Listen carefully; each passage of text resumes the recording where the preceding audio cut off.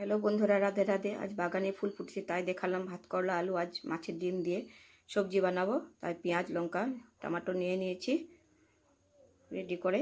এখন আলুটাকে খোসা ছাড়িয়ে নেব। খোসা ছাড়িয়ে নিচ্ছি। এখন আলুটাকে ছোট ছোট কেটে নিচ্ছি। ভাত করলাটাকে কেটে নিচ্ছি।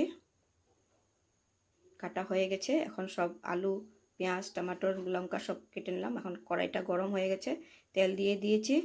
এখন পেঁয়াজ কুচি দিয়ে দেবো। পেঁয়াজটাকেও দিয়ে দিলাম। এখন মাছের ডিমটাকেও দিয়ে দিলাম। এখন ভেজে নেব।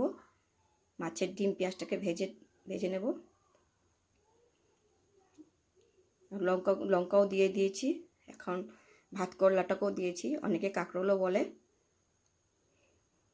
আলুটাকেও দিয়ে দিয়েছি। এখন জিরা, ধনিয়া, লঙ্কার গুঁড়া, লবণ সব দিয়ে দিলাম। এখন ভেজে নেব। ভাজা ভাজা হয়ে যাবে, উপরে একটু ধনিয়া পাতা ছড়িয়ে দেব।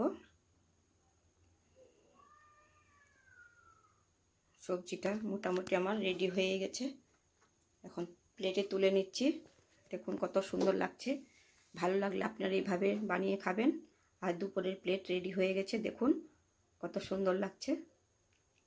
আপনারা এইভাবে বানিয়ে খাবেন।